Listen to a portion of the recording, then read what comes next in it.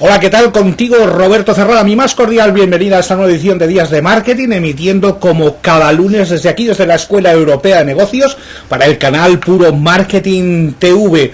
Un lunes más contigo para hablar de marketing, de negocios, de gestión, de estrategia, de todas esas cosas que nos interesan. Y hoy estate muy atento porque tenemos un programa maravilloso, un programa muy interesante, donde vamos a hablar temas que te van a interesar. En primer lugar, vamos a comenzar a hablar de una variable estratégica que tenemos todas las empresas y que parece que estamos descuidando mucho. Esa variable estratégica que incide tanto en la productividad y que ha incidido tanto en la productividad de los últimos años y que ahora parece que estamos descuidando. ¿Cuál es esa variable? La preparación, la formación, el entrenamiento de nuestros recursos humanos para hacer nuestras empresas más competitivas.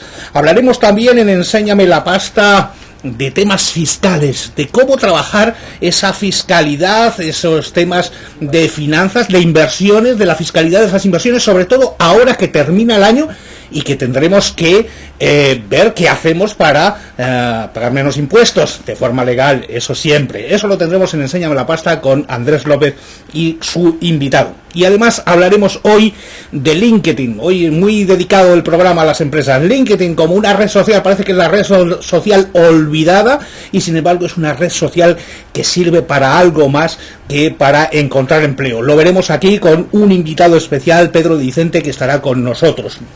Y después una sección de confidencias en la que Lola y Begoña Pavón van a poder contarte historias interesantes.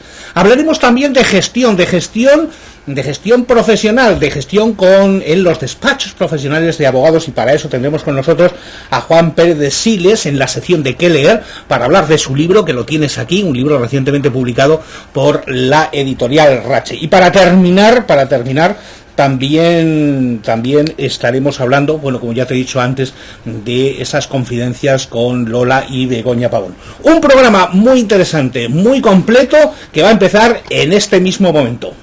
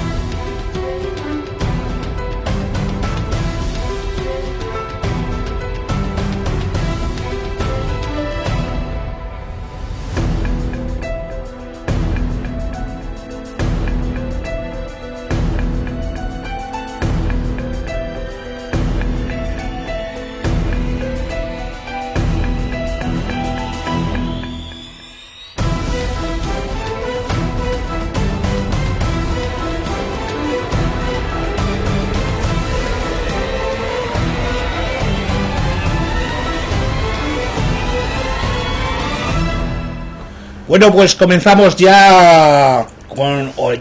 ahora a entrar en materia con nuestro primer invitado de hoy para hablar de esa variable estratégica. Esa variable estratégica que nos va a permitir mejorar la competitividad en nuestras empresas. ¿Y cuál es esa variable?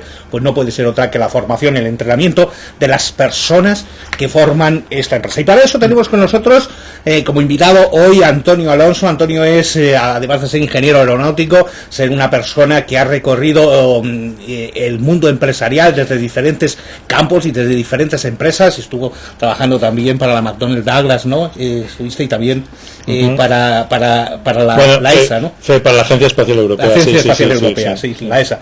Y ahora mismo es director de la Escuela Europea de Negocios, desde donde emitimos. Antonio, muy buenas tardes, bienvenido de nuevo al programa. Buenas tardes, Roberto, un placer siempre estar aquí con vosotros. Claro que sí. Antonio, algo que teníamos pendiente de hablar en este programa es el tema de la formación. Y del tema de la formación, porque lo que estamos observando es que una de las cosas que las empresas han reducido ha sido la formación de sus recursos humanos, siendo, como ha sido en el pasado, una variable competitiva que evidentemente actúa en la cuenta de resultados. ¿Por qué crees que las empresas han reducido este punto? ¿O han estado por recortar por ahí, no? Sí, bueno, la realidad es que la situación económica pues probablemente no le permite más que tratar de cuadrar sus presupuestos con aquellas partidas que pueden pensar, bueno, pues no me la gasto este año, a ver si el año que viene recupero y ya invertiré más adelante. El problema es que esta crisis que estamos viviendo parece que se va a alargar. Entonces, claro, ¿puedes ahorrarte el presupuesto del capítulo de formación un año? Pues va a tener consecuencias, pero bueno, no es excesivamente trascendente. Pero a partir del segundo o tercer año, y llevamos yo creo que ya casi 3 años de recortes, la incidencia o la falta de formación en el personal empieza a ser importante. Hay un tema que quizá no somos suficientemente conscientes, ¿no? Que igual que hablamos de la formación de capital, de utilizar recursos económicos, de, por decirlo así, importar dinero desde el futuro para poderlo utilizar hoy, es parte de la gasolina del motor de las empresas. Hay otra parte importante que es el capital humano, que necesita también una cierta gasolina, y esa gasolina es la formación. Claro. Hay un vídeo tremendamente interesante, ¿no?, que es recomendable ver, de Alfons Cornellà, donde plantea, bueno, pues que quizá el modelo económico actual, basado precisamente en esa importación de capitales, esa importación de dinero desde el futuro, pues se está agotando, no va a dar más de sí, y él plantea que la solución está precisamente en exportar conocimiento hacia el futuro, en formarse hoy para poder utilizar esa formación y esos conocimientos el día de mañana. De hecho, empresas muy punteras, a mí me viene a la mente enseguida cuando yo hablo de empresas muy punteras, muy innovadoras, o sea, una de las variables competitivas de las que tenemos las empresas es la innovación. Y la innovación ya no es algo que, bueno, vamos a innovar ahora y nos va a durar 10 años esa innovación, sino que hay que estar innovando continuamente, porque claro, ahora tú haces una innovación y a los 30 días te lo están copiando en China y encima lo han mejorado, hacen ingeniería inversa y te lo han mejorado, ¿no? El tema de la formación, cuando yo hablo de innovación y demás, una de las empresas que me viene a la mente es Google. Y Google es impresionante porque dedica mucho de su presupuesto a la formación, incluso a la formación, a la investigación, al I+D, incluso dedicando parte de la jornada laboral de todos sus empleados a que hagan I+D. Pero ¿qué hacen los empleados? No es que están todo el día ahí sentados pensando, ¿no? Sino que se forman, y en esto tienen muchas facilidades de parte de la empresa. Esto está haciendo que la empresa Google siga siendo una de las punteras y siga sacando productos y servicios punteros. Sí. Aquí nos falta un poco eso, nos falta un poco ese espíritu, ¿no? Sí, bueno, yo la verdad es que, como comentabas antes, en el sector en el que estaba trabajando antes, era casi obligatorio que el 20% de mi tiempo lo dedicase a aspectos que, bueno, luego se llamaba subactividad, pero que en nuestro caso era formación, aprendizaje y preparación de nuevos proyectos, ¿no? En definitiva, de tratar de innovar y de mejorar constantemente. Sí, pero lo veo complicado en la situación actual, sí, muy complicado. Ahí nosotros tuvimos hace unos años el honor de tener al presidente de Mercedes-Benz España como máster honoris causa, y él recordaba su etapa en Alemania, donde el gran capo de Mercedes le decía: hay 2 cosas que jamás se van a tocar en tiempos de crisis en esta empresa, y una es la innovación, el presupuesto en I+D, y el otro es el presupuesto en formación. Claro, son cosas, no, porque al final es lo que tú decías, pierdes o sea, es decir, bueno, este año y tal, pero en cuanto llevas 2 o 3 años y tal, eso se resiente. Y además hay una cosa, ahora las empresas tenemos que preocuparnos, ya nos tenemos que empezar a olvidar de vivir de la demanda interna y tenemos que empezar a pensar en demandas externas. Y ahí sí que competimos, y más, tú lo sabes muy bien porque tú has estado en internet desde que aquello era no desde el principio de los tiempos de internet, pero sí podríamos decir desde el principio de los tiempos de internet en España, claro, sí, desde el año 94 exactamente. O sea, quiero decir, y en este sentido, con el tema de internet, que ya estamos compitiendo con todo el mundo, yo creo que esto es importante y que es una partida que no se debería dejar. Y hablando de internet, ahora viene la siguiente cuestión. La siguiente cuestión en esta variable que para mí es tan estratégica es formación presencial, formación online. O O sea, podríamos decir, como dicen los americanos, formación presencial versus formación online, ¿no? Bueno, ahí la realidad es que la recomendación, si tenemos que dar un consejo ahora mismo, es que aquel que pueda hacerlo presencial lo haga presencial, pero aquel que no lo pueda hacer presencial, bueno, hay estupendos cursos online que se pueden seguir, hay cosas que no se pueden transmitir de la misma manera que la formación presencial en online, pero el futuro está en montar un sistema mixto, que aúne, por decirlo así, lo mejor de los dos mundos, lo mejor de Intel y lo mejor de Apple, ¿no? Claro. Lo mejor de Microsoft y lo mejor de Apple, lo mejor de la formación presencial y lo mejor de la formación online. Entonces, en ese sentido, ya en el año 98 yo estuve colaborando con la Universidad de Harvard en un proyecto que se llamaba Teaching for Understanding, donde evaluábamos la idoneidad de los distintos modelos de formación, de los distintos sistemas de formación, y la conclusión ahí fue que el mejor modelo es modelo blended, que aúna formación online y formación presencial. Lo que pasa es que luego las palabras se trastocan y y ese modelo blended que estudiábamos en el año 98 exactamente tiene unas pautas y unas connotaciones y unos procedimientos y unos procesos que hay que seguir, y no es, bueno, hay parte de la formación que la hago presencial y hay parte de la formación que la hago online, sino lo que hay que soportarlo online se soporta online, y al aula vamos a hacer determinados talleres, actividades, puesta en común. Yo creo que esto está muy de moda también por parte de la Fundación CAN, ¿no? Hay una cosa que, si te pones a analizar, hay dos preguntas que se debe plantear todo el sistema educativo español, incluso yo creo que todo el sistema educativo occidental, que son: ¿dónde tienen que ver los niños los vídeos? Si en casa o en el colegio, y dónde los están viendo, y dónde tienen que hacer los deberes, si en casa o en el colegio. Y yo creo que hay que darle completamente la vuelta a porque ahora estas dos cosas. Los vídeos los vemos los vemos en la escuela, los vemos y tenemos que hacer los deberes en casa. Claro, los deberes en casa estamos solos, no tenemos la tutoría del profesor que nos diga que no, es que además, precisamente en la puesta en práctica, cuando haces el ejercicio, cuando haces el problema, cuando te enfrentas a la dificultad, es cuando se ve qué has aprendido y dónde has fallado, y donde el profesor verdaderamente puede corregir y puede actuar. Que un profesor ponga un vídeo y aprovecha pasarse una cabezadita, pues no parece lo más recomendable, ¿no? Porque el vídeo, hoy con los medios que hay, le puedes decir, pues se ven ustedes este vídeo, se lo ven en casa, casa a través de YouTube, o le proporciona a la escuela un CD en el que están metidos todos los vídeos que tienen que verse, porque además los alumnos actuales son muy audiovisuales, lo van a ver con agrado, y cuando realmente se ve si alguien aprende o no aprende es cuando pone los conocimientos en práctica, y ahí es donde tiene que actuar el docente. Sí, porque además hacer los problemas de matemáticas en casa es como da mucha más pereza. Da mucha más pereza que hacerlos en clase, que tienes todo el mundo y dice, bueno, si no hago el problema es que no puedo hacer otra cosa, y además es el efecto social, ¿no? También, efectivamente, y luego cuentas con el apoyo, porque no siempre el alumno cuenta con un suficiente respaldo, o el propio alumno abusa de sus propios padres, ¿no? Que le terminan resolviendo las dudas. Yo lo cuento además con una anécdota personal, ¿no? Yo a mis hijos, creo que siendo 3, le he resuelto no más de 10 dudas a lo largo de todos estos años, y ya son muy mayores. ¿Por qué? Porque siempre les decía, no, hazme la pregunta exacta, no me pidas explícame esto, no, dime cuál es tu duda exacta. Que cuando lo hayas trabajado, cuando lo hayas planteado la pregunta, si no lo sabes, yo te respondo. Sí, porque lo otro es muy cómodo. Oye, explícame, esto no lo entiendo, explícame. Claro, y tú haciendo, y por mucho que te empeñes, no eres docente, ni estás preparado, ni estás cualificado. Fíjate que en la universidad, ya no tanto, aquí en la Escuela de Negocios ya lo estamos haciendo de otra forma, ¿no? Pero quizás en la universidad llegas, yo recuerdo cuando estaba en la universidad, llega el profesor y te leía su libro, y esto es literal, yo lo siento, pero es que yo lo he vivido, y como lo he vivido en clase, y te leía su libro, y entonces dice, oye, es una falta de respeto, yo entiendo que llegues a clase para leerle el libro, pero me da igual leer el libro que poner unas transparencias con el libro también en PowerPoint, ¿no?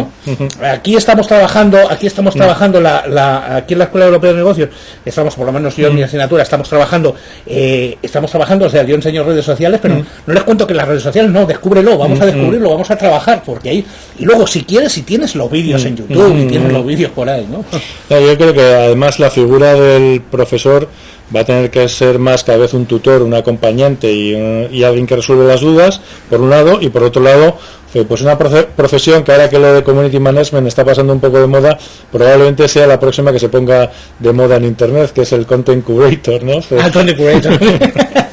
Bueno, que eso ya en Estados Unidos está empezando a tener digamos una fuerza importante, el Content Curator. O sea, es decir, para los que no habléis inglés o no, es la curación de contenido, que la curación de contenido no es otra cosa que la selección de contenido preciso y contenido interesante después de toda la paja, porque todo el contenido, yo recuerdo que tú lo decías, yo me acuerdo que me decías una vez, Roberto, es que todo el contenido está en Internet. Todo está en Internet. O sea, si ahora quieres diferenciarte por lo que estás enseñando, es muy difícil porque todo esto está accesible a todo el mundo, ¿no? Tienes que imponer otras normas, ¿no? Tienes que hacer otras cosas distintas, porque lo que es la información, lo que es el contenido, está en Internet. Hombre, sí que es verdad que yo creo que en las escuelas de negocios sí hacemos un poco esa labor de content curator, de identificar qué contenido es el valioso, cuál aporta, ponerlo en contexto y adornarlo con aquellas cosas que hacen que el proceso de aprendizaje se acelere.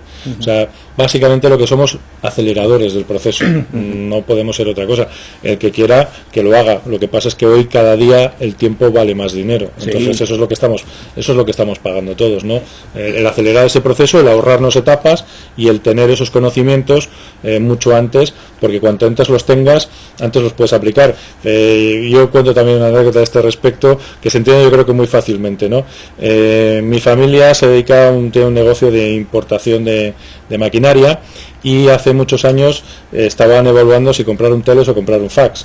Decidieron comprar un fax. Al final, un fax que costó la friolera de $500,000 de pesetas. 3.000 euros, mucho más si lo actualizamos con el IPC.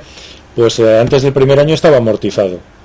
Claro, le habíamos sacado rentabilidad a esa inversión dentro del primer año de trabajo. Y un programa de formación yo creo que es esto. Los contenidos sí los puedes tener, los conocimientos los puedes adquirir, pero claro, si aceleras ese proceso y los pones en práctica, lo vas a rentabilizar la inversión muy probablemente, o por lo menos en nuestro caso hay gente que rentabiliza la inversión antes de que acabe el programa.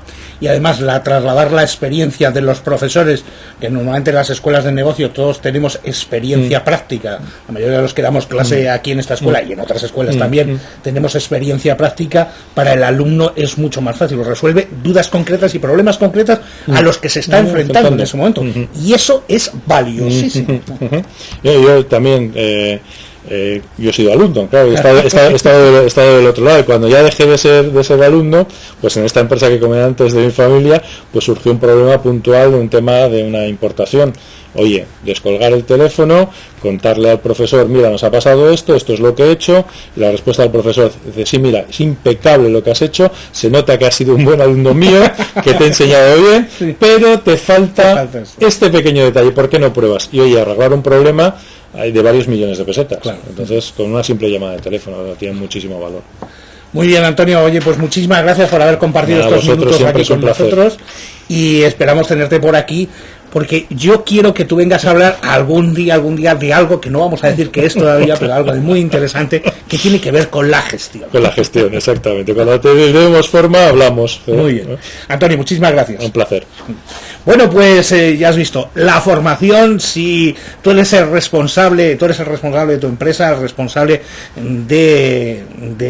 del negocio, ya seas empresario, seas profesional o ya tengas la responsabilidad como ejecutivo, no olvides que la formación es algo que va a trabajar en la cuenta de resultados, y lo va a trabajar ahora, lo va a trabajar en el medio plazo, a lo mejor quizá en el corto no, aunque como nos ha estado contando Antonio, por ejemplo, con esa anécdota de poder consultar en vivo, en directo, en la clase a un profesor, algo que te está ocurriendo puede ayudarte a ahorrar un montón de dinero en un problema puntual como nos ha estado contando. Con lo cual, no te olvides de esta variable estratégica de la formación. Y ahora vamos a pasar a nuestra siguiente sección, en la que vamos a hablar de dinero, vamos a hablar también de dinero y sobre todo de inversiones y de temas fiscales, claro que sí. Eso en Enséñame la Pasta con Andrés López.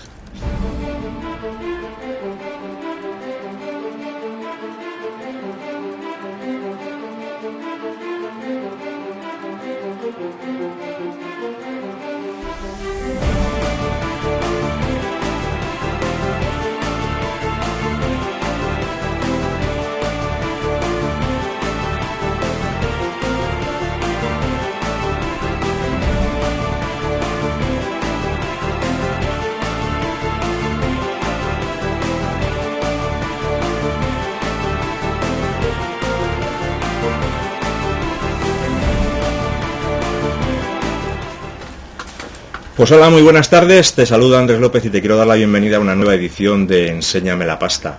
Estamos terminando ya el año fiscal, estamos entrando en diciembre y hoy quiero traeros un apartado que he titulado Consejos fiscales a tener en cuenta antes de fin de año. Y para ello, pues tenemos con nosotros, como hace un par de semanas también, a Fernando Navarrete. Fernando, ¿qué tal? Muy buenas tardes. Buenas, encantado de estar aquí con vosotros. Pues para las personas que no pudieron ver el anterior programa, diremos que Fernando Navarrete es licenciado en Ciencias Económicas y Empresariales por la Universidad Complutense de Madrid, licenciado en Derecho por la UNED y además tiene el máster de Tributación por el Centro de Estudios Financieros. Así que, Fernando, muchísimas gracias por compartir tu tiempo con nosotros y por ilustrarnos. Vamos a hablar de consejos fiscales que tenemos que tener en cuenta ahora a finalizar el año. Se trata de que, conociendo las leyes que tenemos, les saquemos todo el jugo dentro de la legalidad y mantengamos dentro de nuestro bolsillo o en nuestras cuentas corrientes la mayor cantidad de euros posibles. Claro. Fernando, para empezar, y a modo de introducción, las personas que tienen que realizar la renta, que tienen que hacer el impuesto del IRPF, ¿a partir de qué cantidad están obligadas a hacerla? Bueno, pues hay bastante confusión al respecto. En primer lugar, quería comentar que si la persona que tiene que hacer su declaración lo que obtiene son rendimientos del trabajo, es decir, lo típico, el que típico trabaja con su nómina y demás, si tiene un solo pagador, el límite son 22.000 euros. Si por el contrario tiene más de un pagador, y el segundo y tercer pagadores tienen unas rentas superiores de más de 1.500 euros, el límite pasa a ser 11.200, es decir, ya con este límite prácticamente casi todos tienen obligación de hacer declaración de la renta. Si las fuentes de ingresos son distintas al rendimiento del trabajo, pues prácticamente ya tenemos que casi todo el mundo tiene que hacer declaración de la renta, tanto si tiene viviendas arrendadas como si tiene ventas de fondos de inversión, etcétera, etcétera. Básicamente esos serían los límites a tener en cuenta a efectos de hacer la declaración o no. La declaración de la renta abre su plazo allá por el mes de mayo y desde mayo hasta el 30 de junio. Hasta el 30 de junio, y lo que se hace es que en esos plazos, tanto mayo como en junio, lo que se tiene en cuenta son todas las operaciones del año fiscal. Claro, son las operaciones del año natural anterior siempre a la fecha en la que se hace la declaración. Es el motivo por el cual este programa puede tener más interés, porque resulta que ahora es cuando tenemos que tomar las medidas necesarias para que luego en el mes de mayo tengamos una declaración de la renta que no nos dé quebraderos de cabeza ni problemas. Siempre tengo el problema que en el despacho, cuando viene a hacer alguien la declaración de la renta, dice, ¿qué podemos hacer? Digo, pues ahora ya nada, habría que haberlo hecho antes. Ahora es el momento de hacerlo. Estamos terminando el ejercicio y ahora antes del 31 de diciembre es cuando podemos tomar decisiones y buscar alguna posibilidad de reserva. Pues vamos a hablar un poquito de todas estas deducciones de las que nos podemos beneficiar ahora, que es el momento, como tú dices, y no luego en el momento de hacer la renta. Fernando, deducciones hay a nivel, digamos, estatal, nivel nacional, y deducciones hay también cada comunidad autónoma. Efectivamente, cada comunidad autónoma tiene sus propias desgravaciones fiscales, sus propias deducciones, y bueno, pues habría que ver las propias de cada declaración, porque te digo que son bastante variopintas y cada una tiene sus propias idiosincrasias. Yo si te parece, vamos a comentar un poco las que tienen carácter estatal, y las de la comunidad autónoma, pues si quieres lo vemos en otro programa, o yo lo que recomendaría a cada uno que en función de la comunidad autónoma de residencia propia, pues que se entere un poco cuáles son las que le pueden afectar. Bueno, pues vamos a empezar por el principio, Fernando. El principio a lo mejor puede parecer de perogrullo, pero yo creo que tiene muchísima importancia, y es la situación personal que tiene cada uno en un momento determinado, comunicárselo a su empresa o dar notificación de ello. Sí, bueno, vamos a ver, en primer lugar, ten en cuenta que el impuesto sobre la renta de las personas físicas es un impuesto directo y personal. ¿Eso qué quiere decir? Quiere decir que se tienen en cuenta las características particulares de cada sujeto pasivo. Es decir, no es lo mismo si estás casado o estás soltero, depende del número de hijos que tengas, depende de tu situación familiar y personal para tener derecho a una serie de grabaciones y de deducciones especiales. Entonces, todo eso, por supuesto, hay que comunicárselo a tu empresa para que lo tenga en cuenta a la hora de calcularte el porcentaje de retención sobre la nómina que te va a aplicar. Si esos datos no están actualizados y pues lo único que puede ocurrir es que las retenciones que te van a practicar no son las correctas y luego te va a generar un problema a la hora de hacer la declaración de la renta. Fernando, hablamos de compensaciones, pérdidas, ganancias. Sí. Te comento un poquito por encima. Mira, antes del día 31 de diciembre es cuando tendríamos que plantear si se van a vender pues todo tema de bienes de inversión, como fondos de inversión, acciones, inmuebles. ¿Por qué? Pues porque dependiendo de que esos bienes de inversión que vendamos produzcan una ganancia o una pérdida patrimonial, podríamos compensar a su vez o ganancias o pérdidas respectivamente. Es decir, si por ejemplo a lo largo de este año hemos producido alguna venta que nos ha dado una ganancia, lo que vamos a hacer con ello es que para no tributar por esas ganancias, lo que tenemos que producir es una disminución patrimonial y poder compensar una con otra. De esa forma no tributaría. Igualmente, si lo que tenemos es una pérdida, para no dejarla para compensar en años sucesivos, tendríamos que intentar compensar eso con beneficios que obtengamos, con ganancias patrimoniales, con plusvalías dentro de este mismo año. Una cosa muy importante sería, en el caso de que tuviéramos unas minusvalías generadas antes en el año 2008. ¿Por qué? Porque hay un plazo de 4 años y ahora es cuando se acabaría la posibilidad de poder compensar esas minusvalías, si no las perderíamos. O sea que esta declaración de la renta del año fiscal 2011 sería la última para compensar pérdidas de 2008, 2009, 2010 o incluso 2011. Esa sería del 2012. O 2012. Eso es. Efectivamente. Sería la última para compensar desde el 2008, sería la última. Luego las otras tendríamos todavía años sucesivos para poderlo compensar. Las compensaciones, Fernando, tienen distinto carácter, ya se haga la declaración conjunta o individual, ¿no? Si es individual se podría compensar solamente con ganancias o pérdidas que hayamos mantenido en declaraciones en las cuales la declaración también se hizo de esa forma. Si por el contrario es conjunta, pues de igual manera podríamos compensar minusvalías generadas en años que la declaración fue conjunta. Fernando, rendimientos, beneficios sobre el rendimiento, beneficios sobre el ahorro.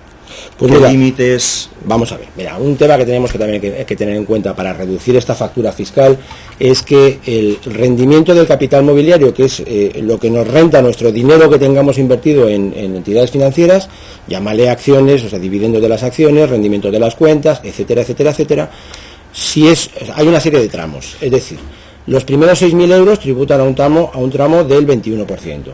Entre los 6.000 euros y los 18.000, es decir, tenemos ahí una franja de 12.000 euros, eso tributaría a un tipo intermedio de un 25%, y ya si nos vamos a una cantidad de rendimientos de este tipo superiores a estos 18.000 euros, nos vamos a una barbaridad, a un 27%. Entonces, en la medida de lo posible, habría que intentar también jugar con ello para que dejáramos parte de esos rendimientos que tributarán el año sucesivo, el año siguiente.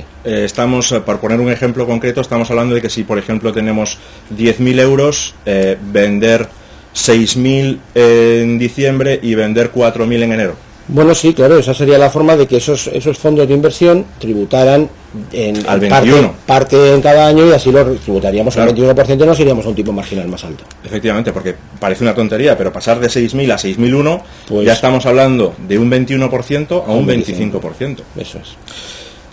Fernando, también otra cosa que tenemos que tener en cuenta y mucha gente desconoce, es el tema del alquiler de la vivienda a personas menores de 30 años. Sí, el alquiler de la vivienda es uno de los temas que más beneficiados salen en la declaración de la renta, teniendo en cuenta que existe una reducción de un 60%, es decir, el 60% de los rendimientos del capital inmobiliario por arrendamientos de vivienda están exentos con carácter general, pero además, si se dan una serie de circunstancias, como es la que tú muy bien apuntas, y es que el inquilino sea menor de 30 años y además tenga unas rentas superiores a un índice que se llama el IPREM, que concretamente para este año son 7.455 euros, pues estarían exentas en el 100%.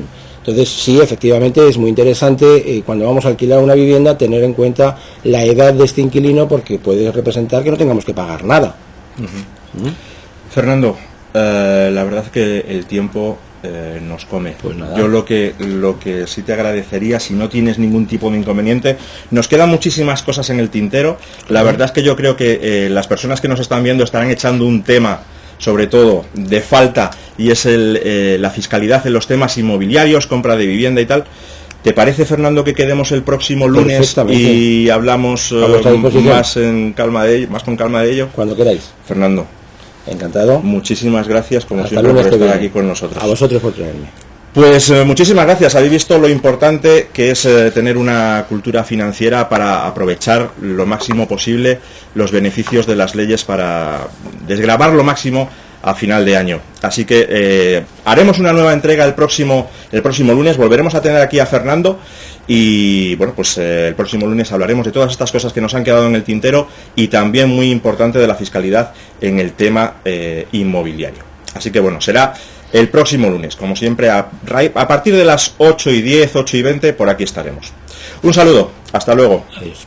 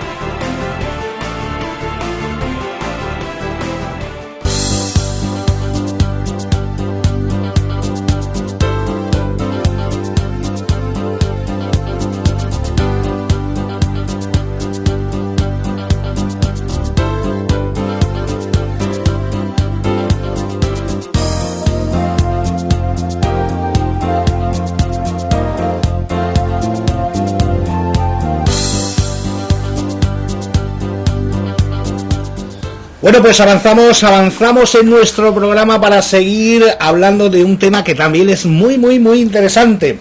Bueno, ya habéis oído hablar de estos temas fiscales importantes, porque si no, el año que viene, en mayo, vas a tener que pagar. Bueno, ¿y qué tal si pagamos menos? Bueno, pues esos consejos que nos ha dado Andrés López y su invitado en Enseñando la Pasta, muy interesantes, y el lunes que viene no te lo pierdas. Pero vamos a cambiar de tercio, como se dice en el mundo taurino, y vamos a hablar de redes sociales. Vamos a hablar de redes sociales y vamos a hablar de una red social que es... ¿Cómo digo yo? Una que a veces nos tenemos un poco olvidadas, esas redes sociales profesionales. Y para eso hemos traído a este plató a alguien muy especial. Él se llama Pedro Vicente y es licenciado en Psicología Industrial, máster en Marketing y Gestión Comercial por el SEM, MBA Executive en el IE y máster en Marketing Digital por el EUDE. Es especialista en el desarrollo e implementación de estrategias dirigidas a la generación de leads altamente cualificados y negocio de cambio, negocio en el ámbito, mejor dicho, B2B.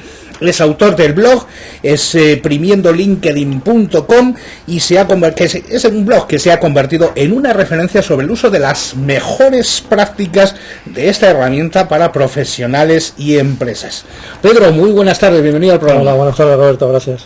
Bueno, Pedro, oye, vamos a hablar de esta red social, de estas redes sociales profesionales y en especial, digamos, la red social LinkedIn, que es la que ha cogido, aunque no fue la primera en España, pero sí es la que ahora ha cogido más auge, en la que además tú eres un gran especialista. Y yo creo que la pregunta es, estas redes sociales, LinkedIn, pues muchos tenemos la impresión, o mucha gente tiene la impresión, yo no, pero hay mucha gente que tiene la impresión de que es una red profesional casi que solo sirve para buscar trabajadores o para encontrar trabajo, pero yo creo que hay algo mucho más profundo en esta red, ¿no? Sí, claro, por supuesto. Desde el punto de vista de negocio, digamos que es el terreno de juego, y tú lo has dicho ya, de las empresas que venden a empresas. Es decir, es el terreno de juego del B2B. ¿no? El B2B, que es business to business, empresa a empresa. Efectivamente. Y desde este punto de vista podemos considerar LinkedIn que es una inmensa base de datos. Una inmensa base de datos con 200 millones de registros y creciendo, porque cada 2 segundos hay un nuevo registro, un nuevo profesional que se incorpora, pero además en cada uno de los perfiles de LinkedIn tenemos una riquísima información sobre el profesional. Tenemos el nombre completo, tenemos el cargo, tenemos la empresa, tenemos el sector, tenemos el tamaño de la empresa, tenemos exactamente todo lo que necesitamos para implementar una estrategia generadora de leads además muy cualificados, porque aquí no hay que pensar... Vamos, antes, yo también soy como tú, que meto muchas palabras en inglés. ¿Sabes lo que nos dicen luego? De, joder, pues que siempre me estáis metiendo palabras en inglés. El lead, vamos a ver. El lead es una oportunidad de negocio. El lead, cuanto más cualificado sea, claro, quiere decir que está más cerca de poder comprar tus servicios. O sea, el lead es ese contacto cualificado. Es que yo la verdad es que no tiene traducción en español. No, la tiene muy mal, ¿no? Porque la palabra prospecto pero realmente suena fatal. Pero realmente es un lead que es cuando alguien desconocido se transforma en prospecto, es decir, alguien conocido que está dentro de nuestro target, de nuestro, otra palabra inglesa, de nuestro mercado objetivo. Nuestro mercado objetivo. Porque uno de los puntos fuertes de LinkedIn es que gracias a esa gran información que tenemos podemos localizar claramente dónde está el decisor. Claro. Dentro de las compañías que nos interesan. Si tu cliente son directores financieros porque vendes servicios de asesoramiento financiero, los puedes localizar fácilmente. Si lo que vendes es directores, si tu mercado es directores de relaciones laborales porque vendes asesoramiento en derecho hacia la empresa o derecho laboral, asesoramiento laboral, pues también ahí los tienes, ¿no? Si tu mercado son pymes entre 50 y 200 o 150 empleados, lo que puedes localizar es al director, al gerente, al propietario de la compañía, que te aparece con todos sus datos y con todos sus nombres y con la facilidad de incluso entrar en comunicación directa con él. Dentro de LinkedIn, que es esa gran base de datos, la pregunta que muchas veces se hacen los empresarios, es decir, o las personas, digamos, no expertas en este tema, es decir, bueno, vale, eso está muy bien, ahí tenemos, sí, pero ¿cómo accedo yo a esa gente? ¿No? Es decir, vale, yo puedo localizar, ¿hay alguna herramienta para yo hacer una búsqueda y que pueda tener un perfil y puede determinar esa cantidad de personas? Claro, naturalmente, desde tenemos la búsqueda avanzada de gente dentro de LinkedIn, que te permite buscar por cargo, por empresa, dentro de un sector, dentro de grupos profesionales. Es decir, es relativamente sencillo localizar al target directivo que realmente te interesa. O sea que una de las herramientas que nos proporciona LinkedIn es esa búsqueda. Luego, una vez que los tenemos localizados, hay que entrar en contacto con ellos.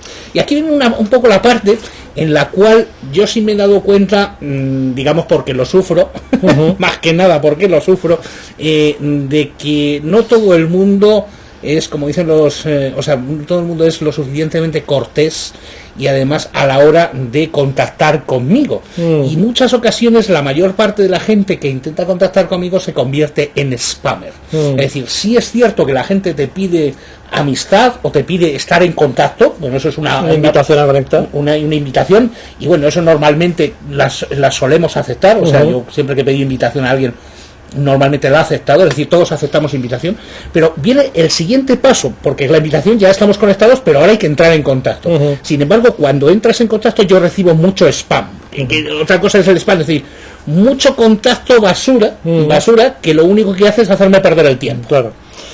Como tú bien dices, Roberto, nosotros, por ejemplo, que estamos trabajando con muchas marcas, gestionamos muchas marcas y generamos negocio para esas marcas, en un 70-80%, entre un 70 y un 80% nos aceptan las invitaciones a conectar.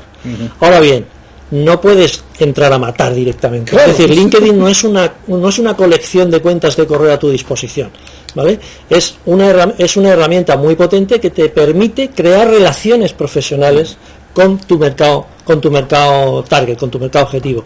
Pero lo importante es que primero hay que ser consciente que tienes que convertir un contacto, si lo que queremos es empujar la venta, tenemos que convertir ese contacto primero en relación. Claro. Y eso no lo podemos hacer intentando vender desde el primer momento. ¿Sabes? Hay un ejemplo que a mí me gusta mucho poner cuando hablo de estas cosas, sobre todo no en el LinkedIn, que yo no soy experto en LinkedIn, pero sí en otras redes sociales, ¿no? Y estamos hablando de la parte de esa palabra que se llama influencia, ¿no? Es decir, esto lo pongo y le digo a la gente en mis conferencias y tal, le digo, bueno, tú imagínate que llegas a una discoteca y nosotros que somos chicos, ¿no? Hay un montón de chicas allí esperándote y dicen, ¡oh! Esto es LinkedIn, ¿no? Un montón de chicas en la discoteca, ¡wow! ¡Ah! Genial, bueno, aquí, fantástico. Y entonces, ¿qué haces? Lo que no hacemos ninguno es entrar y por una y dice, ¿qué? Nos acostamos, porque eso es lo que hace mucha gente en LinkedIn cuando te contacta, o sea, te pide amistad, se la aceptas a amistad, o sea, y esto que es, has entrado en la discoteca, has contactado, pero no al decirte hola y saludarte, no le dices la siguiente palabra que quieres acostar conmigo, ¿no? Efectivamente. Lo que haces es normalmente, pues intentas establecer una conversación, una relación, para conseguir una segunda cita, después una tercera cita, después vamos a cenar, después vamos al cine, y ya luego, cuando hay 7, 8 citas, ya entonces ahora dices, sí, ahora nena, vámonos, ¿no? Es que esto es una de las grandes ventajas de LinkedIn, es decir, podemos ultra segmentar tu mercado objetivo, por lo tanto podemos ofrecer cosas que realmente interesen. Por eso es posible no solamente hacer un marketing de atracción, compartiendo contenido de valor para ese mercado, sino empujar un poquito la venta, porque realmente sabes con quién estás hablando, porque tienes toda la información en tu poder. Pero efectivamente, creo que primero, como hemos dicho al principio, hay que convertir un contacto frío, que es simplemente una serie de datos. Cuando intentamos vender a esa persona hay que haberla convertido previamente en una relación. En un contacto caliente, que es una relación. Y eso se hace con una adecuada estrategia de contenido. ¿Cómo aparezco delante de esas comunidades que he creado? Este es otro de los puntos importantes. Muchos proyectos en LinkedIn fracasan porque no definen adecuadamente su target objetivo, su mercado objetivo. Cuanto más en profundidad definas ese mercado, por la cantidad de información que encontramos en cada perfil, vamos a llegar vamos a determinar y especificar ese mercado con mucha mayor precisión. Y en LinkedIn no se trata de llegar a 500.000 personas para tener una conversión del 0,001 como puede pasar en el email marketing. No, aquí se trata de llegar a los 1.000, 2.000, 3.000 directivos que realmente pueden estar interesados en tu mercado, ¿vale? Para ofrecerle realmente algo que interesa y lograr conversiones de 2 dígitos, de 2 dígitos. Estamos hablando, con algunas marcas estamos moviéndonos al torno del 28% de conversión.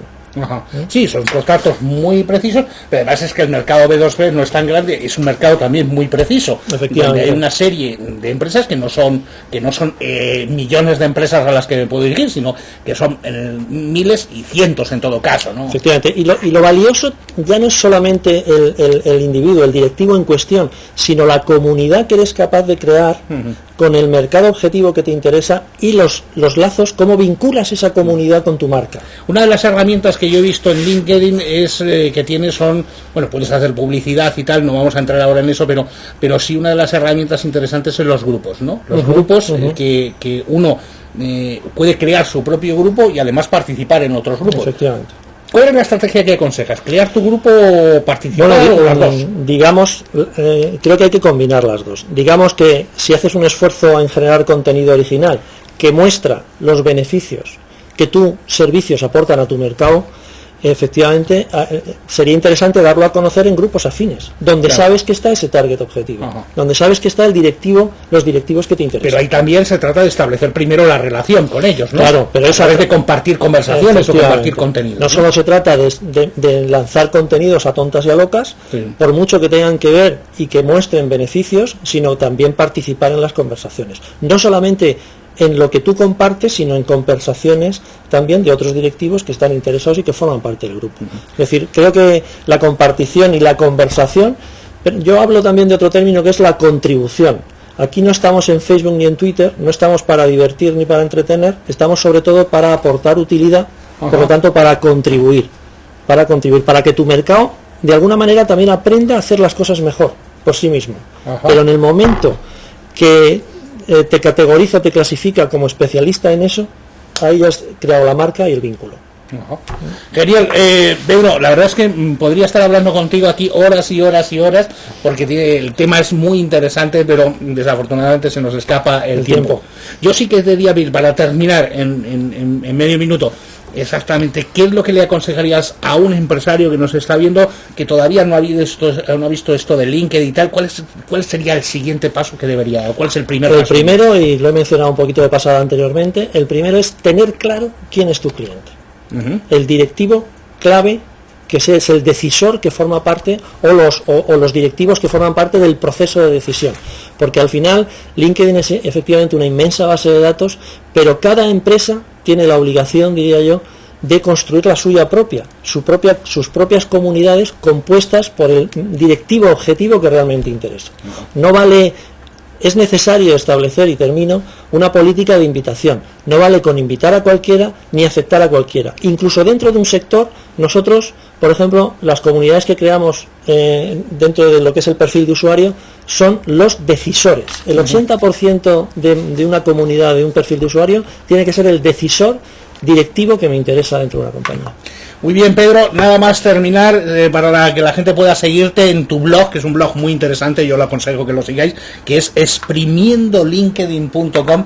Ahí podéis encontrar a Pedro, tiene unos posts y unos artículos muy interesantes. Si quieres aprender sobre LinkedIn, visita el blog. Muchas gracias. Muchísimas gracias, Pedro, y bienvenido al programa, y espero que puedas estar por aquí en otra ocasión. Cuando queráis invitarme, un placer. Muy bien, gracias. Gracias. Pues ya has visto LinkedIn, esa red social profesional que va a permitirte hacer esos contactos B2B.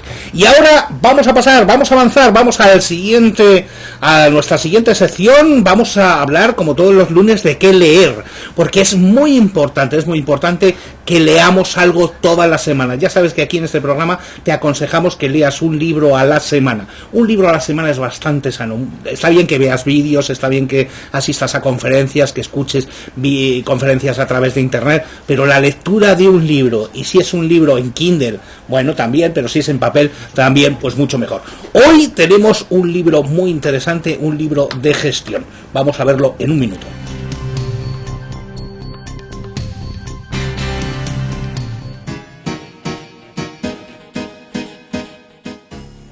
¿Qué tal? Contigo Roberto Cerrada, mi más cordial bienvenida a esta sección.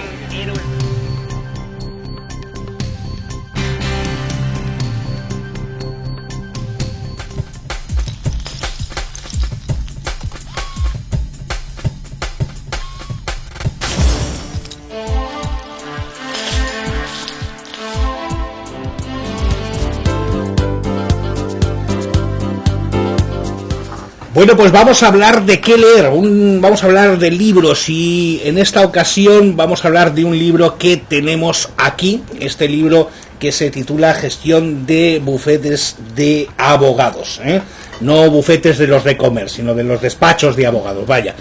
Y de esto vamos a hablar con nuestro invitado que es Juan Pérez de Siles Herbias, que es, por supuesto, el autor de este libro, que ha sido publicado por Editorial Rache. Él es abogado y director del bufete Pérez de Siles, director gerente de Acersa, asesoramiento y consulting empresarial, y profesor asociado del Master Business Administration en la Escuela Europea, aquí en la Escuela Europea de Negocios, y también en el Caleb Business School. Juan, muy buenas tardes y bienvenido al programa. Buenas tardes, encantado, muchas gracias por tu invitación, Roberto. Muy bien, oye, vamos a hablar de tu libro, para que luego no me digas lo de umbral, ¿no? Que yo he venido aquí a hablar de mi libro, pero déjame que antes hablemos de algo que también es interesante, sí, y que le interesa sobre todo porque nos escuchan muchos profesionales. Yo a lo largo de estos años me he dado cuenta de que cuando hablas con un profesional, en la mayoría de las ocasiones, los profesionales independientes, es decir, los profesionales liberales que tienen sus despachos, sus bufetes, en caso de abogado, pero otros profesionales como arquitectos, ingenieros, consultores, asesores, expertos y tal, también son aves del mismo pelaje. En la misma línea, sí. Primero se consideran, o sea, son personas, estos profesionales que no se consideran empresarios, se consideran profesionales, y dicen, no, yo soy abogado, no soy un empresario, los empresarios son mis clientes y tal, si se dedica al derecho mercantil, pero no, yo soy abogado. Esta concepción del profesional como profesional, y no en la concepción de empresario, bueno, es una concepción un poco antigua, y además que les está cercenando su propio negocio, porque al final profesional tiene que vivir y tiene que desarrollar negocio, ¿no? Sin duda, este es un concepto que creo que está un tanto antiguo y responde a los patrones de nuestra propia legislación, que consideraba a los empresarios, quiero recordar que existían normas en las que se regulaba la publicidad, la placa de latón del abogado en la puerta de su casa, de su despacho, y que tenía que contener unos límites máximos, si no recuerdo mal, eran unos 20 por 15 centímetros, y ese era el máximo de publicidad que se permitía. Evidentemente esto ha avanzado y ha progresado, pero aún existe esa visión un tanto antigua, un tanto de legislación decimonónica, en la que los abogados se consideran no empresarios. Yo soy abogado, y otros tantos también, como tú muy bien has hecho referencia, y otros tantos profesionales en los que dicen, bueno, esto es una especie de sacerdocio que yo tengo con la profesión. Lo que pasa es que lamentablemente esto es una cuestión que tenemos que tener en cuenta. Pues hay que pagar el colegio, hay que pagar el despacho, hay que pagar a los empleados, hay que pagar. Evidentemente esto de la profesión decimonónica hemos pasado a la realidad del siglo XXI, que es muy distinta, es muy diferente. Y estamos hablando de que el abogado, el profesional, no deja de ser un empresario de servicios, de una empresa de servicios, sin duda, pero un empresario. Pero incluso el notario es un empresario también, ¿no? Sin duda, el notario, el registrador no dejan de ser profesionales muy calificados, pero que tienen que acceder al mercado. Claro. tal como explico en el propio libro, si no hay cliente que satisfaga esos honorarios, es evidente que el despacho se va a ir al traste. No puede funcionar. Porque de ser abogado de oficio tampoco se vive, ¿no? Sin duda, sí, de ser abogado de oficio. Tengo que decir también una cosa. El abogado es una vocación. Hay que tener las miras puestas en la justicia, pero también hay que saber que estás regentando una empresa. Una empresa que tiene que, por propia definición, tiene que ser darte beneficios, tiene que ser rentable. Y para ello tienes que meterte en muchísimas facetas que lamentablemente hoy en día en las facultades de Derecho no se están enseñando. No se están enseñando. Claro. Sí, porque en la facultad se nos enseña a ser un buen profesional, un buen abogado, pero decir, vale, ¿y ahora cómo vivo de esto? ¿No? Claro, ¿Cómo vivo de esto? Vamos a ver, hay que saber relacionarse con los clientes, hay que saber qué es lo que el cliente desea, hay que saber, antes has tenido aquí unas entrevistas con varios profesionales, Antonio Alonso, y se hablaba de la formación. Hay que estar reciclándose continuamente, pero no solamente en ciencias jurídicas, que ya es. Fíjate que sin duda, para estar al día en la ciencia jurídica hay que estudiar todos los días. Sino también en las ciencias empresariales, en la administración y en la gerencia de las empresas, sabiendo que tu despacho, insisto en el mensaje que quiero trasladar, es una empresa de servicios que tiene unas particularidades, las propias de la abogacía, pero sin duda tienes que salir al mercado a ofertar tus servicios, porque si no te compran, tu despacho se va a ir a pique, no se va a poder mantener. Hay una cosa que hablaremos, tú has comentado el tema de la publicidad un momentito, lo voy a dejar para el final porque quiero que hablemos de la publicidad también de los abogados, pero antes de nada, esto es lo que recorres precisamente en el libro que se titula Gestión de bufetes de abogados.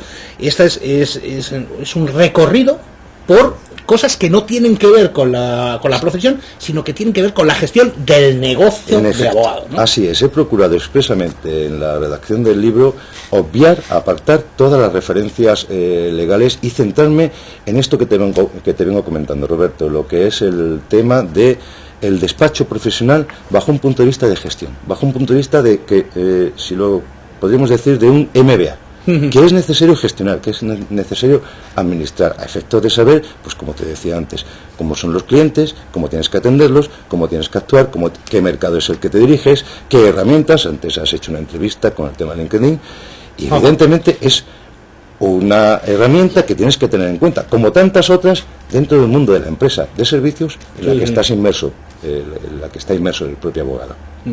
Aquí estás hablando, voy al índice, aquí estás hablando de, bueno, aparte de la introducción y hablas del futuro de la profesión de una forma magistral, de la aplicación, la gestión del bufete, pero estás hablando de temas como marketing, de la gestión de la comunicación o de la gestión financiera, de incluso de los precios, de cómo cobrar, de cómo vender, ¿no? O de cómo realizar una hoja de encargo. Es que el hecho cierto es que, como te decía antes, Roberto, hay muchos licenciados en Derecho, inclusive esto en las escuelas de práctica jurídica, me atrevo a decir que casi no se transmite, no se enseña, que no se dan cuenta, que no reparan en que una vez que tienen un cliente, que contratan con un cliente, están realizando eso, un contrato. Sí, contrato. Y ese contrato se tiene que plasmar en cuáles son mis derechos y cuáles son mis obligaciones, cuáles son tus derechos y cuáles son tus obligaciones, y qué retribución voy a tener por estos servicios que te estoy prestando, que puede ser inclusive condonados los servicios, pero que tienen que estar perfectamente reflejados. Sí, no, hablas de esas áreas de la gestión que tiene que llevar cualquier empresa. Sí. Es decir, ¿cuántos abogados hay preocupados, por ejemplo, por había habido preocupados por el marketing hasta ahora? O por la comunicación, ¿no? De las estrategias de comunicación de sus despachos o de su marca personal, por ejemplo. Esto no se ha visto. Sin embargo, ahora yo creo que la crisis nos aprieta un poquito y nos hace salir. Yo recuerdo, Juan, cuando la primera vez que viajé a Estados Unidos y que fui a Estados Unidos, que a mí me llamó muchísimo la atención coger un periódico americano, sobre todo estos de prensa gratuita, hace pues ya creo que 25 o 30 años, coger el periódico, abrir el periódico y ver esos anuncios de los abogados. De abogados. Me llamó muchísimo la atención, ¿no? Sí. O sea, es decir, porque esto lo habías visto en la película y dices, estos son los de Hollywood que se lo inventan, ¿no? O sea, los de Hollywood tal, pero cuando es la realidad allí, o sea, verdaderas y además anuncios, herramientas de marketing, ¿no? Sí, sin duda, y anuncios muy atractivos y muy atrayentes por parte del público al que van dirigidos. Eso en España, en nuestra Europa occidental, todavía no hemos alcanzado. Quizás Quizás, no lo sé, y no sé si bueno, yo lo veré. Eso estaba prohibido hasta hace ¿no? Muy poco tiempo, y de hecho ahora mismo esa publicidad tan agresiva como se pueda realizar con un mercantilismo que así se denomina por parte de nuestro colegio de abogados, de hecho no está admitida. No está admitida. No está admitida. Lo que sí está admitida es la publicidad sin hacer referencia a lo que son las concretas direcciones de los clientes o de las personas que en este caso has podido llevar a cabo. En cuanto a resultados, sí se pueden realizar estadísticas, se pueden decir todos los comentarios a este respecto que sean admisibles. Pero eso es algo, insisto, que no hace mucho, estoy hablando de que hace 10 años, estaba completamente prohibido. No, eso estaba prohibido. Los abogados eran unos señores de negro que intervenían en los pleitos, que eran como que estaban casados con su cliente, que tenían que defenderles a capa y espada, y ahí terminaba absolutamente. Además de defenderles, y además de eso, en tu libro hablas también de no solamente de producto, no solamente está el abogado tiene mucho más producto que el hecho solamente de representar a un cliente, ¿no? Sí. Hay muchos más servicios, sin duda, muchos más servicios que puede dar, y que quizás ahí no se está enfocando tanto, y es una buena fuente de ingresos para ellos, ¿no? Mira, Roberto, a los jóvenes abogados que acceden a mi despacho, muchas veces procuro, como medida casi de impacto, hablarle de gestión y de administración del despacho, cuando ellos piensan que lo que voy a hablarle es de cómo llevar un caso, que es lo que establece la ley, sí. Y a este respecto pues hablo de planificación del despacho, de marketing jurídico, de lo que es los costes. Y la verdad, yo siempre observo cómo se quedan con los ojos un poco como diciendo, ¿de qué me está hablando el director del despacho? Cuando yo lo que vengo aquí es a poner el artículo correspondiente de la ley y aplicarlo con la sentencia. Es evidente que los abogados vivimos de las sentencias, de una planificación jurídica, de estudiar los preceptos legales, de estar al día con los nuevos decretos, leyes y disposiciones que emanan del Boletín Oficial del Estado. Pero también es evidente que hay que estar con lo que es el cliente. Y el cliente es nuestro objetivo. Hay que satisfacer sus necesidades. No digo ganar casos. Digo, satisfacer sus necesidades.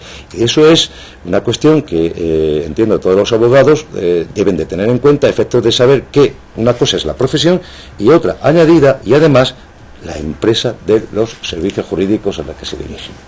Pues nada, yo muchísimas gracias, Juan, por estos minutos, porque el tiempo se nos escapa.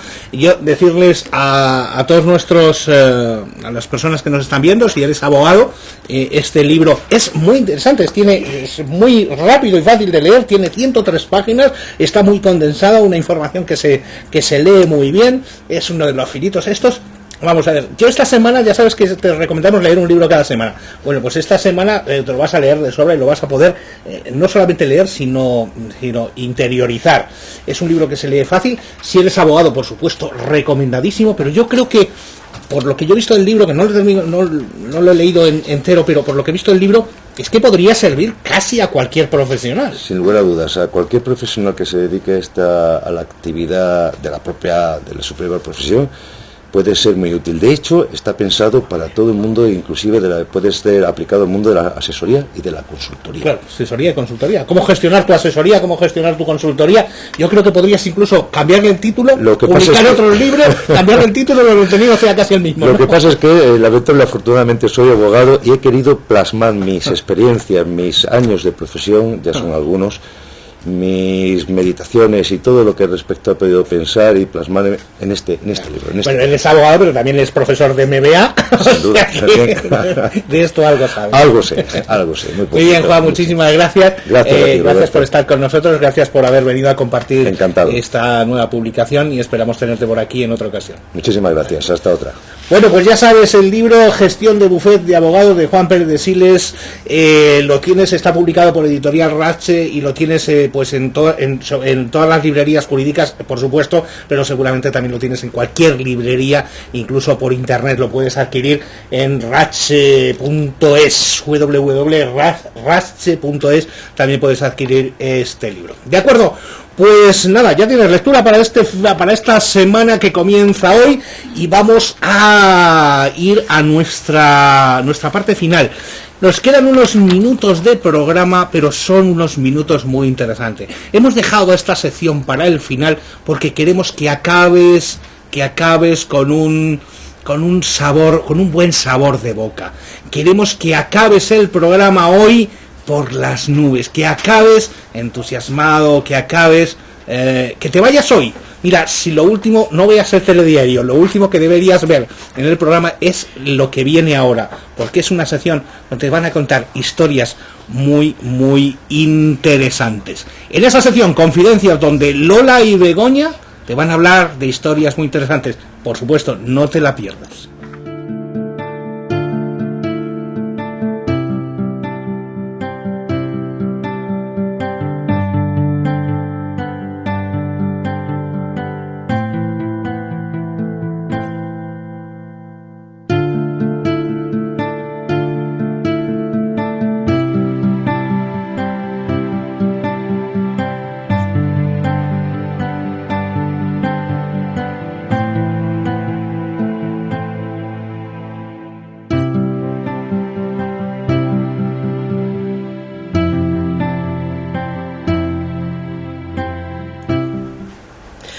Bueno, pues muy buenas tardes, aquí estamos. Después de lo que ha estado contando Roberto, no sabemos si vamos a estar a la altura, ¿verdad, Begoña? No sé, tengo mis dudas, ¿eh? A ver. Porque lo ha puesto también, pero bueno, lo vamos a intentar, vamos a hacer pasar un rato muy agradable, y para ello, Begoña, hoy traemos una historia magnífica. Una historia muy bonita, ya veis.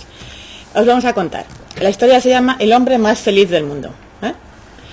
Dice así: un hombre que vivía en condiciones suficientemente holgadas fue un día a ver a cierto sabio que tenía reputación de poseer todo el conocimiento, y le dijo: gran sabio, no tengo problemas materiales, y sin embargo siempre estoy descontento. Durante años he tratado de ser feliz, de encontrar una respuesta a mis pensamientos interiores, de tener una relación correcta con el mundo. Por favor, aconséjame para poder curarme de esta enfermedad. El sabio respondió: mi amigo, lo que está escondido para algunos es aparente para otros. También lo que es aparente para algunos está oculto para otros. Tengo la respuesta para tu enfermedad, aunque no es un remedio ordinario. Debes viajar buscando al hombre más feliz del mundo. Tan pronto lo encuentres, deberás pedirle su camisa y ponértela. El hombre, desde ese momento, sin descanso, comenzó a buscar a hombres felices. Uno después de otro los interrogaba, y todos contestaron: sí, soy feliz, pero hay otro que lo es más. Después de viajar de un país a otro durante muchos años, muchos días, encontró el bosque donde todos decían que vivía el hombre más feliz del mundo. Oyó la risa a través de los árboles y apresuró el paso, hasta que llegó a un claro donde había un hombre sentado. ¿Eres el hombre más feliz del mundo, como dice toda la gente?, le preguntó. Claro que sí, dijo el otro. Mi nombre es fulano, mi condición tal y cual, y mi remedio, prescrito por el sabio más grande, es vestir tu camisa. Por favor, dámela. Te daré en cambio lo que quieras de lo que tengo. El hombre más feliz del mundo lo miró fijamente y luego se rió. Se rió y se rió y se rió. Cuando se había calmado un poco, el hombre inquieto, un tanto enojado ante esa reacción, le dijo: ¿estás loco para reírte de un pedido tan serio? Quizá, dijo el hombre más feliz, pero si te hubieras molestado en mirar, habrías visto que no poseo camisa. Entonces, ¿qué debo hacer ahora? Ahora quedarás curado. El luchar por obtener algo inalcanzable proporciona el ejercicio para lograr algo que se necesita. Como cuando un hombre reúne todas sus fuerzas para saltar un arroyo, como si fuera mucho más ancho de lo que es, siempre consigue llegar al otro lado. Entonces, el hombre más feliz del mundo se quitó el turbante, cuyo extremo le tapaba la cara. El hombre inquieto vio que era el mismo gran sabio que le había aconsejado. «Pero, ¿por qué no me dijiste todo eso hace años cuando fui a verte?», preguntó el hombre inquieto desconcertado. Porque entonces no estabas maduro para comprender, necesitabas ciertas experiencias y tenías que recibirlas de tal manera que asegurara que las habías de vivir. Pues si os interesa, esta es una historia recogida en El Camino del Sufí, ¿vale? Es una historia muy bonita. Bueno, y ahora nos preguntaréis, ¿y esto para qué? Pues hombre, un poco yo creo que la conclusión, o por lo menos la que nosotros hemos sacado, ¿verdad, Lola? Es la de que al final uno tiene que de alguna manera experimentar o ver todas las posibilidades de elección que tiene en la vida ante circunstancias para poder tener la sensación de que elige la que mejor le conviene a sus intereses. Evidentemente. Además, yo creo que, de todas maneras, una de las cosas que os habíamos comentado es que cada uno al final, una vez que lee este tipo de historias, este tipo de fábulas, este tipo de metáforas, saca sus propias conclusiones, porque hay veces que, dependiendo de lo que tú necesitas, sacas tus propias conclusiones. Pero a nosotras lo que nos ha parecido es que, de alguna manera, el experimentar aquello a lo que te enfocas es lo que te va a ayudar a elegir. Y además, otra de las cosas, y bueno, ahí está lo de la famosa ley de atracción. Total. Parece que todo se pone, el universo se coloca para acercarte y aproximarte hacia aquello, hacia lo que te enfocas, ¿no? Absolutamente. Y luego hay otra lectura que a mí me parece que, aunque la hemos escuchado muchas veces, pero no deja de ser interesante, y es lo de que cuando tú estás haciendo algo que no te funciona, como le pasaba a este hombre, que a pesar de tenerlo todo no se sentía a gusto, prueba a hacer algo diferente. Prueba a buscar opciones, elige la que más convenga a tus resultados y prueba a hacer algo distinto. Ya lo decía Einstein en su momento, ¿verdad? La famosa frase que además ahora en crisis siempre estamos utilizando. Entonces, realmente tengamos en cuenta que cuanto más aumentamos las opciones, más probabilidades tenemos de conseguir lo que deseamos. Entonces, la cuestión es, ante cualquier situación en la vida, ¿qué hay que buscar? Efectivamente. Opciones, alternativas. La posibilidad de elegir y tener el valor de elegir, claro, eso es importante. Claro. De todas maneras, también lo hemos comentado en algunas ocasiones y está bien el que volvamos a recorrerlo. La felicidad, el sentirse feliz, al final es un camino, se va consiguiendo paso a paso. La felicidad no es llegas y ya eres feliz y ya está, sino que día a día tienes que ir experimentando cosas que te harán más feliz y otras que te harán menos, pero que en un momento determinado esos momentos más bajos lo que te permitirán es disfrutar más intensamente esos momentos más felices. Entonces, al final, como todo, se comienza paso a paso y encaminándose hacia aquello que se desea, ¿no? Si no, al final si uno no pone interés, como este pobre señor que se pasó años y días recorriendo medio mundo, pero al final consiguió lo que necesitaba cuando estaba preparado. Entonces, un poco es la misma lectura, ¿no? Todos tenemos que recorrer un camino para llegar a donde queremos. Y disfrutarlo es el premio, casi. Efectivamente. Bueno, pues esperamos que te haya gustado la historia que te hemos traído hoy. Como en el anterior programa, te pedimos que si tienes alguna historia, alguna metáfora, algún cuento que te parezca bonito para compartir y que lo hagamos desde aquí, desde Días de Marketing en tu nombre, por favor, dínoslo. Tenemos una página en Facebook de Días de Marketing, compártelo ahí, compártelo en el blog, ponnos un mensaje y entonces estaremos encantados de poder contarlo. Además, cuéntanos también qué significa para ti y qué te aporta esa historia, porque como hemos comentado, dependiendo de lo que, cuando en el momento en el que tú leas una fábula, una historia, te llega de una manera o de otra, y para ti significa una cosa y para otra persona puede significar otra. Por tanto, también cuéntanoslo. Y estamos encantadas de que nos la pases, nos la envíes y poderla compartir aquí con todos los oyentes de Días de Marketing. Os esperamos, esta vez en serio, que os lo pedimos de todo corazón. Mándanos algo, por favor. Fenomenal, pues muchas gracias y hasta la semana que viene. Un abrazo. Un abrazo para todos.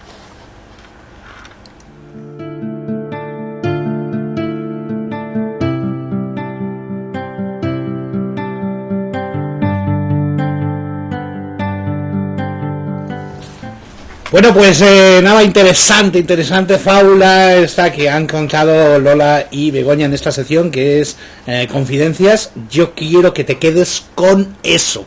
Bueno, pues nada más, hasta aquí ha llegado nuestro programa de hoy, Días de Marketing Live TV, que emitimos como cada lunes desde la Escuela Europea de Negocios a través del canal Puro Marketing TV. Nada, simplemente desearte una feliz y próspera semana de negocios, una feliz y próspera semana de ingresos, de ventas. Hoy esta semana vas a arrasar. Y nos veremos ya el lunes que viene, el lunes día 10, acercándonos a esas navidades, a esas vacaciones que todos estamos esperando. ¿De acuerdo? Pues nada más, solo recordarte que ya sabes, nos vemos en la cumbre cuando tú lo decidas. Hasta la semana que viene, chao.